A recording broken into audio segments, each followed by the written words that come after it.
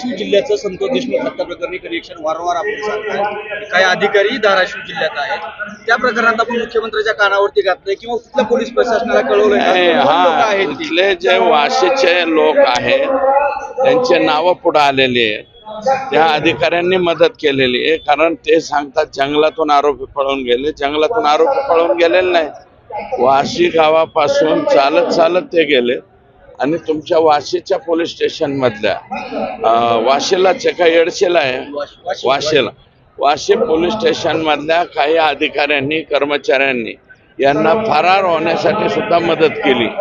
त्याच्यामुळं त्यांची मागणी तीच आहे. बिक्कड हा नितीन बिक्कड तुमचा हा ह्यातला आरोपीच आहे. तर ह्या सगळ्यांची चौकशी होऊन यांच्यावरती स्वतंत्र मोका लागावा किंवा यांना सह आरोपी करावं अशी सगळ्यांची मागणी आहे.